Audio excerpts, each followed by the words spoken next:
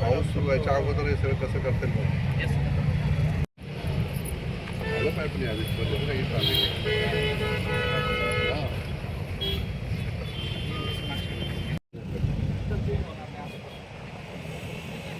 चांगला ते fast food का म्हणजे MSPचा पोल दिलंय ना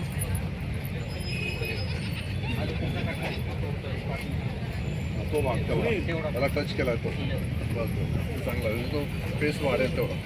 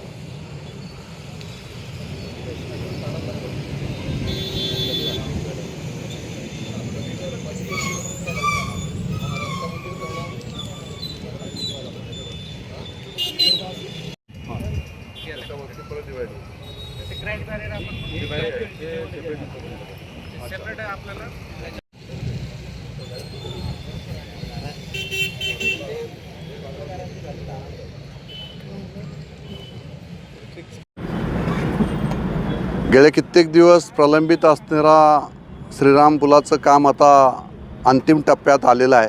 आज पाणी दौरा आम्ही या ठिकाणी ठेवलेला होता।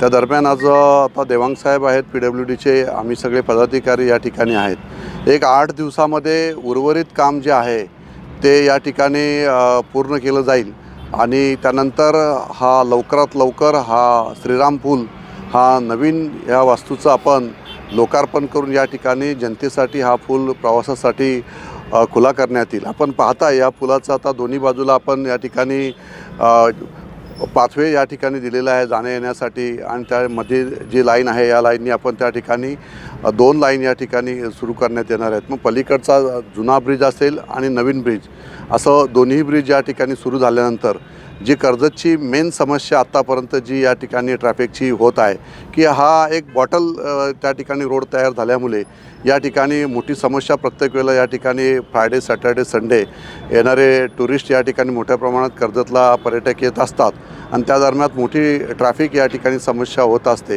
ही समस्या आता कायमस्वरूपी दूर होणार आहे कारण त्या 8 दिवसामध्ये इथं राहिलेलं काम श्रीराम पुलाचं पूर्ण होऊन हा पूल जनतेसाठी प्रवासासाठी खुला केला जाईल।